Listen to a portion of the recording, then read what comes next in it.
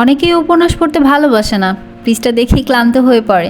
কিন্তু গল্প যদি কেউ মনের গভীর থেকে শোনায়, তাহলে সেই গল্প হয়ে ওঠে জীবনের একটা অংশ। আমি রোকসানা তোমাদের জন্য পড়ে শোনাচ্ছি ইলমা বেহরোজের পদ্মজা উপন্যাসটি। যদি আমার এই পড়াটা একটু ভালো লেগে থাকে, তাহলে আমার channel Roksana's life canvas subscribe করে সাথে থেকো। যদি তোমার সময় খুব কম থাকে, তাও তুমি এই গল্পটা একবার শুনে দেখো। মন থেকে বিশ্বাস করছি, একবার শুনে তুমি আর ছাড়তে পারবে না। তাই চলো হারিয়ে যাই পদ্মজার গল্পে। পর্ব 2। বাড়িটা মোড়ল বাড়ি নামে পরিচিত। পদ্মজার দাদার নাম ছিল মিয়াফর মোড়ল। তিনি গ্রামের একজন সম্মানিত লোক ছিলেন। 6 কাঠা জমির ওপর টিনের বিশাল বড় বাড়ি বানিয়েছিলেন 4 ছেলের জন্য। 2 ছেলে 16 বছর আগে 1971 সালের যুদ্ধে নিহত হয়েছে। দুজনই টকবগে যুবক ছিল, আর একজন 8 বছর বয়সে কলেরা রোগে গত হলো। বাকি রইল মোর্শেদ মোড়ল। বর্তমানে এই বাড়ি মোর্শেদের অধীনে, যদিও তিনি থাকে না সব সময়। পুরো বাড়ির চারপাশ জুড়ে গাছগাছালি, বাড়ির পিছনে নদী। রাত 9টা বাজলেই পরিবেশ নিশুতি রাতের রূপ ধারণ করে। রাতের এই নির্জন প্রান্তর ঝিঝি পোকার ডাকে ছেয়ে গেছে। ঝিঝি পোকার সাথে পদ্মজার ভাঙা কান্না মিলেমিশে ভৌতিক পরিবেশ সৃষ্টি করেছে। মনে হচ্ছে কোনো আত্মা তার ইহজীবনের না পাওয়া কোনো বস্তুর শোকে এমন মরা সুর ধরেছে। হেমলতা পদ্মজাকে টেনে পাশে বসান। পদ্মজা ডান হাতের উল্টো পাশ দিয়ে চোখের জল মুছে হেমলতাকে বলল, মামা সৌদিতে যাওয়ার আগের দিন আমাদের সবার দাওয়াত ছিল না নানা বাড়ি? খালামণি ভাই বোনেরা এসেছিল। সেদিন ঢাকা থেকে যাত্রার লোক আসছিল। স্কুলে মনে আছে আম্মা? আছে। উঠোনে ধপ করে একটা আওয়াজ হয়। হেমলতা পদ্মজা কেঁপে উঠল। পূর্ণা প্রেমা দরজায় কান পেতে রেখেছিল মা বোনের কথা শুনতে। হুট করে কিছু পড়ে যাওয়ার আওয়াজ হওয়াতে দুজন ভয় পেয়ে যায়। দরজা ঠেলে হুড়মুড়িয়ে রুমে ঢুকে পড়ে। হেমলতা বড় মেয়ের সাথে গোপন বৈঠক ভেঙে দ্রুত পায়ে বারান্দায় এসে দাঁড়ান। উঠোনে বিদ্যুৎ নেই। হারিকেন জ্বালান। পিছনে 3 মেয়ে এসে দাঁড়িয়েছে। একজন মায়ের 3 মেয়ে নিয়ে একা এত বড় বাড়িতে বাস করাও যুদ্ধ বটে। হেমলতা গলা উঁচিয়ে প্রশ্ন করেন, কে কে ওখানে? আমি। চিরপরিচিত এই কণ্ঠ চিনতে হেমলতার বিড়ম্বনা হলো না। তিনি ব্যস্ত পায়ে উঠোনে নেমে আসেন। গেটের পাশে মোর্শেদ মোড়ল পড়ে রয়েছেন, গায়ে চাদর। হাপড়ের মতো বুক উঠানামা করছে তার, যেন দম ফুরিয়ে যাচ্ছে। হেমলতা 2 হাতে মোর্শেদকে আঁকড়ে ধরলেন। পদ্মজা পূর্ণা দৌড়ে আসে। মোর্শেদের এমফাইসিমা রোগ আছে। এ রোগে অল্প চলাফেরাতেই শ্বাস টানের উপক্রম হয় এবং দম ফুরিয়ে যায়। শ্বাস নেবার সময় গলার শিরা ভরে যায়। 3 মামে মোর্শেদকে ধরে রুমে নিয়ে আসে। মোর্শেদ এভাবেই হুটহাট করে বাড়ি ফেরে, কখনো কাক ডাকা ভরে, কখনো নিশুতি রাতে, বা কখনো কাঠ ফাটা রোদে। মোর্শেদ মোড়লের এই এমফাইসিমা রোগটা ধরা পড়ে 7 বছর আগে। মোর্শেদের অ্যাজমা ছিল, আবার ধূমপানে খুব আসক্ত ছিলেন। ফলে ফুসফুসের এই রোগটি খুব দ্রুত আক্রমণ করে বসে। মোর্শেদ খানিকটা সুস্থ হয়ে রাত 1টার দিকে ঘুমালেন। পূর্ণা প্রেমা রুমে গিয়ে শুয়ে পড়েছে। পদ্মজা বারান্দার রুমে ঝিম মেরে বসে আছেন। জানালার বাইরে চোখের দৃষ্টি। জ্যোৎস্না গলে গলে পড়ছে। কি সুন্দর দৃশ্য! পদ্মজার মন বলছে মা আসবে তার খোঁজে, পুরোটা ঘটনা শুনতে আসবেই। সত্যি তাই হলো। কিছুক্ষণ পরেই হেমন্ত আসলেন। আম্মা, বাতিটা নিভিয়ে দাও, বলল পদ্মজা, কণ্ঠ খাদে নামানো। হেমন্তা বাতি নিভিয়ে পদ্মজার পাশে বসেন। পদ্মজা তৈরি ছিল, তবুও অপ্রস্তুত হয়ে পড়ে। খুব অস্বস্তি হচ্ছে। সে গোপনে দীর্ঘশ্বাস ছাড়ল। পদ্মজা তখন 4র্থ শ্রেণীর ছাত্রী, বয়স 10 ছিল। খুব কম বয়সেই তাকে স্কুলে পাঠানো শুরু করেন হেমলতা। সেদিন নানা বাড়িতে সবার দাওয়াত পড়ে। হানিফ চলে যাবে সৌদিতে, তাই এত আয়োজন। পরিবারের মিলন আসর বসে। স্কুল মাঠেও সেদিন নাচ গান অনুষ্ঠিত হয়। বাড়ির সবাই সেখানে চলে যায়। বাড়িতে থাকে শুধু পদ্মজা, পদ্মজার বৃদ্ধ নানা আর হানিফ। পদ্মজা ঘুমেছিল, তাই বাকিদের সাথে যেতে পারেনি। যখন ঘুম ভাঙে, আবিষ্কার করলো বাড়িতে কেউ নেই। মোর্শেদ হঠাৎ করে অসুস্থ হওয়াতে হেমলতা বাপের বাড়িতে উপস্থিত ছিল না। পদ্ম নাকি? পদ্মজা বাড়ি থেকে বের হওয়ার উপক্রম হতেই কানে আসে হানিফের ডাক। পদ্মজা মিষ্টি করে হেসে মাথা নাড়ল। হানিফের লোলুপ দৃষ্টি তখন পদ্মজার সারা শরীর ঘুরে বেড়াচ্ছে। এইটুকু মেয়ের ফর্সা চামড়া, বিকৃত মস্তিষ্কের হানিফকে যেন বড্ড টানে। আয় তো, আমার ঘরে আয়। সহজ সরল শিশুসুলভ পদ্মজা মামার ডাকে সাড়া দিল। সে শুনেছে মামা ভাগ্নে যেখানে আপদ নেই সেখানে, অথচ সেদিন সে মামাকেই ঘোর বিপদ হিসেবে জানল। পদ্মজার রুমে ঢুকতেই হানিফ দরজা লাগিয়ে দিল। পদ্মজার মন কেমন করে ওঠে হানিফের অদ্ভুত চাহনি আর দরজা লাগানো দেখে। হানিফ কুৎসিত অঙ্গভঙ্গি প্রদর্শন করতে থাকে। পদ্মজার দেখতে খুব খারাপ লাগছে, ভয় করছে। এদিকে আয়, তোর লগে গল্প করি। হানিফ বিছানায় বসে পদ্মজাকে কাছে ডাকে। পদ্মজা কাছে যেতে সংকোচ বোধ করে। হানিফ পদ্মজার ডান হাতে ধরে টেনে কোলে বসায়।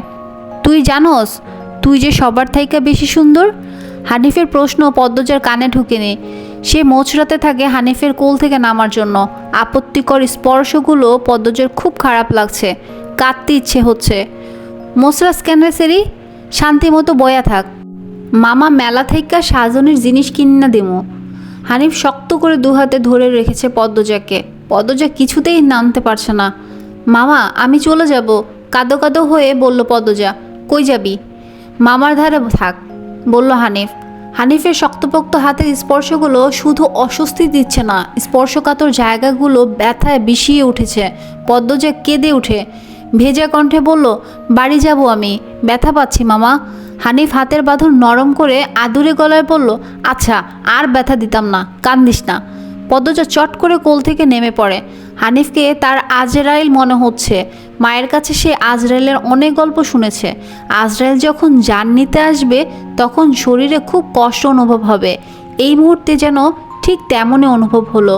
তাহলে তার হানিফ মামাই আজরাইল? পদ্মজা দরজা খুলতে পারবে না, তাই হানিফকে ভীত কণ্ঠে অনুরোধ করলো, মামা দরজা খুলে দাও। কেন, আমি তোরে যাইতে কইছি? হানিফের কর্কশ কণ্ঠের ধমকে পদ্মজা ভয়ে কেঁপে উঠল। তার চোখ বেয়ে জল পড়তে থাকে। হানিফ পদ্মজাকে জোর করে কোলে তুলে নেয়। পদ্মজা কাঁদছে, তার খুব ভয় লাগছে। বারবার বলছে, মামা আমি বাড়ি যাব। হানিফের তাতে বিন্দুমাত্র ভ্রুক্ষেপ নেই। বাড়িতে কেউ নেই, বৃদ্ধ সৎ বাবা কানে শোনে না। পদ্মজা হানিফকে কিল ঘুষি দিতে থাকে, সেই সাথে জোরে জোরে কান্না শুরু করে। এভাবে কাঁদলে পাশের বাড়ির যে কেউ চলে আসবে। হানিফের রক্ত টকবক করছে উত্তেজনায়। সে দ্রুত ওড়না দিয়ে পদ্মজার মুখ হাত পা বেঁধে ফেলল। পদ্মজার দু চোখের পানি হানিফের চোখে লাগেনি।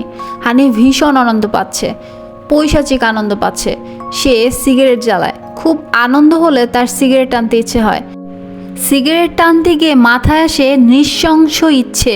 নাক মুখ দিয়ে ধোঁয়া উড়িয়ে সিগারেটের দুই আঙুলের মাঝে রেখে পদ্মজার বাম পায়ের তালুতে চাপ দিয়ে ধরে রাখে। পদ্মজা হাউমাউ করে কেঁদে উঠল। হেমলতা দুহাতে শক্ত করে মেয়েকে বুকের সাথে জড়িয়ে ধরেন।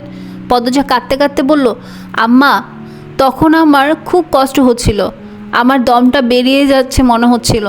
আমি তোমাকে খুব ডাকছি আম্মা, তুমি আসোনি। পদ্মজার কথাগুলো হেমলতার বুক রক্তাক্ত করে দেয়। এ যেন 1971 সালের পাকিস্তানিদের নৃশংসতা। নিজের চোখে তিনি দেখেছেন পাকিস্তানিদের নিষ্ঠুরতা। হানিফ আর তার দেখা অত্যাচারী পাকিস্তানিদের মধ্যে কোনো তফাৎ নেই। হেমলতা নির্বাক, বাকরুদ্ধ। শুধু অনুভব হচ্ছে তার বুকে পড়ে আদরের পদ্মজা হাউমাউ করে কাঁদছে, সর্বাঙ্গ যেন কাঁপছে। হানিফকে ক্ষত বিক্ষত করে দিতে হাত নিষ্পিস করছে। সেদিন একটুর জন্য পদ্মজা ধর্ষণ হয়নি। বাড়িতে সবাই ফিরে এসেছিল। পদ্মজা পোড়া স্থানের যন্ত্রণা সহ্য করতে না পেরে অচেতন হয়। বাকিটুকু আর পদ্মজাকে বলতে হয়নি। হেমলতা জানেন। পদ্মজার গা কাঁপিয়ে জ্বর আসে। 21 দিন বিছানায় ছিল। ততদিন হানিফ দেশ ছেড়ে চলে যায়। পদ্মজা ভয়ে লজ্জায় ঘটনাটি কাউকে বলেনি। পায়ের পোড়া দাগ দেখে যখন হেমলতা প্রশ্ন করেছিল পা এমনভাবে পড়ল কী করে, পদ্মজা সহজভাবে জবাব দিয়েছিল, চুলার কাছে গিয়েছিলাম, চুলার লাকড়ির আগায় পা লেগেছিল। কতটা পদ্মজা সাজিয়েই রেখেছিল, সাথে অনেক যুক্তি। তাই মিথ্যে বলতে একটুও কাঁপেনি। পুরো ঘটনাটা পদ্মজার বুকে তাজা হয়ে আছে। এই 6 বছরে লুকিয়ে কতবার কেঁদেছে সে। সবসময় চুপ করে কোথাও বসে থেকেছে। হেমলতা মেয়ের নিশ্চুপতা দেখে মাথা ঘামাননি, কারণ পদ্মজা ছোট থেকেই চুপচাপ ছিল। কিন্তু আজ হেমলতার খুব আফসোস হচ্ছে, নিজেকে অপরাধী মনে হচ্ছে। তিনি ভাবছিলেন তার 3টে মেয়েই তার কাছে খোলা বইয়ের মতো, চাইলেই পড়া যায়। বিশেষ করে পদ্মজাকে বাড়ির পিছনের নদীর বুক দিয়ে তরতর করে বয়ে যাওয়া স্বচ্ছ টলবলে পানির মতো মনে হতো, যার জীবনে অস্বচ্ছ বলতে কিছু নেই। সবই সাদামাটা, সহজ সরল। অথচ পদ্মজার জীবনে কত বড় দাগ জ্বলজ্বল করে জ্বলছে, কত বড় ঘটনা লুকিয়ে ছিল। মেয়েরা কথা লুকিয়ে রাখার সীমাহীন ক্ষমতা নিয়ে জন্মায়, কথাটি নিজের মেয়েদের ক্ষেত্রে মাথায় আসেনি। পদ্মজা শান্ত হলে হেমলতা বললেন, পাটা দেখি। পদ্মজা পা বিছানায় তুলল। হেমলতা পদ্মজার পা কোলে নিয়ে পোড়া দাগটা দেখলেন মনোযোগ দিয়ে। রক্ত টকবক করে উঠে, রন্ধ্রে রন্ধ্রে হিংস্রতা যেন লুটোপুটি খাচ্ছে। এই পোড়া দাগ হানিফের রক্ত দিয়ে মুছব। কথাটি কত সহজ করে বললেন হেমলতা, তবুও পদ্মজা কেঁপে উঠল। কি যেন ছিল কথাটিতে, শরীরের পশম দাঁড়িয়ে পড়ে। হেমলতা বারান্দার রুম ছেড়ে বড় ঘরে ঢুকেন। মিনিট কয়েক পর রামদা ছুরি হাতে নিয়ে উঠোনে যান। উঠোনের এক পাশে শক্ত পাথর আছে, ছুরিটা পাথরে ঘষতে থাকলেন সাবধানে। ঘষতে ঘষতে পাথর গরম হয়ে আগুনের স্ফুলিঙ্গ দেখা দেয়, মানে ধার হয়ে গেছে। পদ্মজা বারান্দা থেকে দেখছে, অজানা আশঙ্কায় তার বুক কাঁপছে। হেমলতা বারান্দা পেরিয়ে রুমে ঢুকতে যাবে, তখন পদ্মজা উৎকণ্ঠিত গলায় ডাকলো, আম্মা। আন্নার চাচার এক মেয়ে নিখোঁজ, শুনছিস তো বড়দের মুখে? সেই মেয়ের ধর্ষক হানিফ, ধর্ষণের পর পুঁতে ফেলেছে। আনন্দপুরের এই একটা মানুষই এতটা নৃশংস। আমি তখন ঢাকা পড়তাম, বাড়ি এসে জানতে পারি ঘটনা। আম্মার অনুরোধ আর কান্নায় আমি সেদিন মুখ খুলিনি। এত বড় পাপ চেপে যাই, সেই শাস্তি আমি ধীরে ধীরে পাচ্ছিলাম, আজ পুরোপুরি পেয়ে গেলাম। আমার পাপের শাস্তি শেষ হয়েছে। হেমলতা কথা শেষ করে জায়গা ত্যাগ করেন। কি ধারালো প্রতিটি বাক্য! হেমলতার মুখ দিয়ে যেন আগুনের স্ফুলিঙ্গ বের হচ্ছে। পদ্মজার মস্তিষ্ক শূন্য হয়ে পড়ে। এই ছিল আমি পদ্মজা উপন্যাসটির দ্বিতীয় পর্বের শেষ। তৃতীয় পর্বটি দেখার জন্য চোখ রাখো আমার চ্যানেল রোকসানাস লাইফ ক্যানভাসে, সাবস্ক্রাইব করে সাথে থেকো। এবং পরবর্তী পর্বটি আমি খুব শীঘ্রই নিয়ে আসবো তোমাদের সাথে শেয়ার করতে। সেই পর্যন্ত ভালো থেকো, আল্লাহ হাফেজ।